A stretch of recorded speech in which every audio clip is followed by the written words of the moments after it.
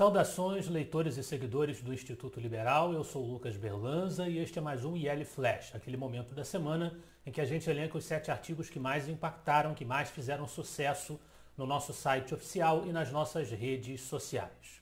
E hoje o nosso IL Flash começa com uma análise econômica do economista Roberto Ellery. É prudente guiar a política monetária pela expectativa de inflação para o ano seguinte? É um questionamento que ele se faz apreciando o cenário contemporâneo, o quadro econômico atual. Na visão do economista Roberto Ellery, o comprometimento dos modelos atuais coloca o Banco Central como um piloto voando sem instrumentos. É preciso usar, diz ele, o máximo de prudência. Está cada vez mais claro que estamos em uma crise de oferta.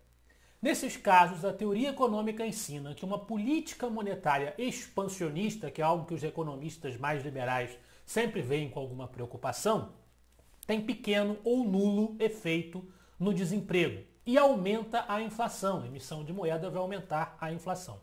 Um mínimo de prudência faria o Banco Central parar com o estímulo monetário. Infelizmente, tudo indica que o mínimo de prudência é pouco no quadro atual, que o Banco Central não está fazendo o que deveria fazer. É essa crítica que nos faz o Roberto Ellery. Mudando para um tema totalmente diferente, da economia para as artes, nós temos uma abordagem do Roberto Rachevsky sobre a esquerda na arte, personificada na figura do compositor e músico Chico Buarque. É o artigo Falsa Dicotomia, Chico Buarque e a Liberdade. O autor fala desse artista que na sua juventude era uma referência para os jovens, a referência de músicas por liberdade contra o regime militar, era a época da ditadura militar. Então Chico Buarque, que é de esquerda, ele significava a voz da juventude na época por liberdade contra o autoritarismo do regime militar. Paradoxalmente ou não, Chico Buarque, sendo de esquerda, passou mais recentemente a cultuar os regimes bolivarianos. Ele que é um amigo e sincero ou não defensor da ditadura de Nicolás Maduro, do socialismo bolivariano da Venezuela. Então há uma contradição entre as músicas que clamariam por liberdade e o apoio dele ao autoritarismo, apenas com um discurso diferente do autoritarismo do período militar brasileiro. Mas o Rachevsky tenta fazer uma separação entre o artista, o ser humano Chico Buarque e a obra artística por ele desenvolvida, defendendo que as suas músicas poderiam ser usadas contra o autoritarismo do STF contemporaneamente e contra os populismos contemporâneos, alguns dos quais, por ele próprio, são apoiados. No espírito dessa abordagem da elite cultural e política da Nova República, e Chico Buarque está dentro dessa elite cultural, ele que é um defensor desses ideais de esquerda que ganharam força e se tornaram a ortodoxia política da Nova República, nós temos um artigo do Rodrigo Lorenzoni, do Instituto Líderes do Amanhã. Menos direitos, mais responsabilidades. É uma crítica direta aos apelos ao Estado que ficaram entronizados na Constituição, no dizer de Roberto Campos, dirigista, aprovada para o Brasil em 1988. Promovendo o que alguns economistas liberais passaram a chamar de uma inflação de direitos. E Roberto Campos diria nas suas famosas críticas à Constituinte, direitos que oferecem garantias onerosas, ou seja, garantias que dependem de recursos específicos para serem mantidas, para serem financiadas, o que a Constituição não determina como será possível. Então, acredita-se que magicamente, por estabelecer alguma coisa num texto constitucional, ela se tornará de automático uma realidade. Era uma ilusão utopista que marca o chamado consenso social-democrata da Nova República. De volta à economia, uma análise das causas do aumento atual da inflação. É o artigo do Vadatan Felipe, Inflação em Alta. Por quê? Ele vai dizer que os juros vão subindo com o desemprego em alta, trazendo um risco gigantesco de inadimplência. A queda no rendimento líquido já vem afetando o varejo, especialmente linha branca e linha marrom. Ele também aponta para os perigos da crise energética que vem se avizinhando, que pode vir a acontecer, mas só saberemos sobre o comportamento das chuvas no mês de novembro. O desequilíbrio político, com os grandes enfrentamentos, por exemplo, entre o presidente da República e os governadores, entre a militância do presidente da República e o Supremo Tribunal Federal, etc., etc., vem colaborando para que o mercado tome posições mais defensivas. O mercado, sem saber o que irá acontecer, retém as suas movimentações que poderiam gerar investimentos positivos para a economia brasileira. Se continuarmos assim, diz o Vahdatan, a projeção é sermos um país que gere poupança e não enriqueça, mantendo o patamar de sempre, com uma população pobre e em boa parte na linha da extrema pobreza. É o que nós gostaríamos, com a receita liberal, de evitar, gerando mais riqueza e mais prosperidade, dentro de um modelo sustentável que não provoque o aumento inflacionário, que acaba sendo algo que pesa muito sobre o bolso do cidadão brasileiro.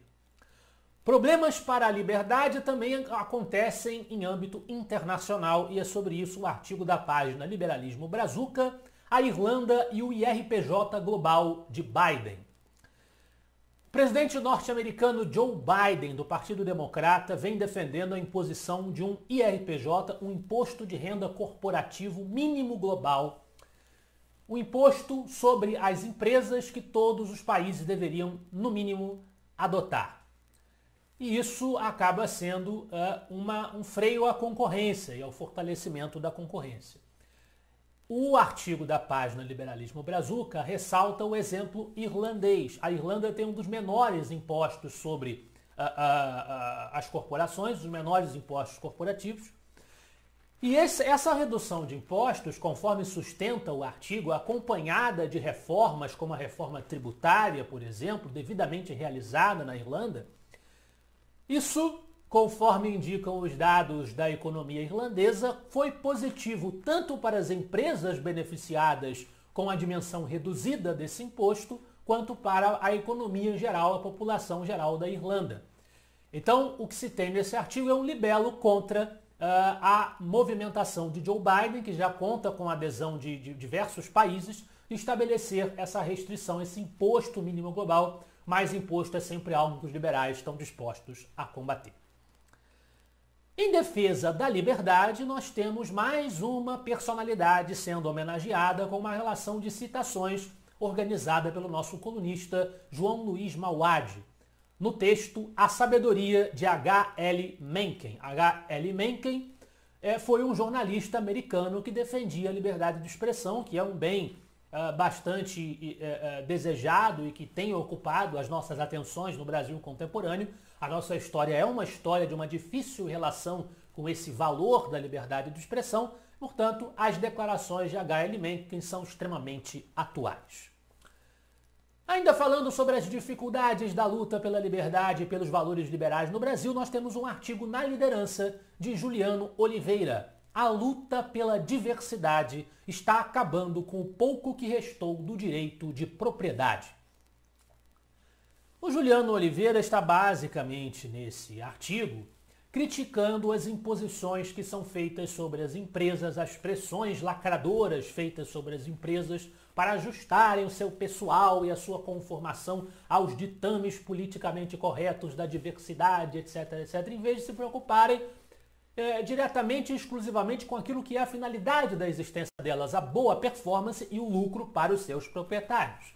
Diz o Juliano Oliveira que nós não esperemos que o empreendedor brasileiro possa escolher quem são as pessoas que estarão ao seu lado na árdua e heróica tarefa de produzir riquezas e gerar empregos, que já é, por natureza, dificultada profundamente pelo Estado brasileiro em função da legislação pesada e da excessiva burocracia. Ao menos essa é a mensagem transmitida pela nossa Constituição e pela nossa justiça trabalhista quando tenta fazer coro a essa gritaria da diversidade. Em lugar de meritocracia e competência, as empresas deverão, para não contrariar o Big Brother, o grande irmão, uma imagem extraída do clássico 1984, a distopia de George Orwell, curvar-se à ditadura das minorias e colocar o sucesso de seu negócio em risco. Esse foi o nosso IL Flash de hoje. Eu espero que vocês gostem dos artigos e dos debates proporcionados pelo Instituto Liberal. Semana que vem estaremos de volta. Afinal de contas, Para nós, você é a parte mais importante da sociedade. Até a próxima!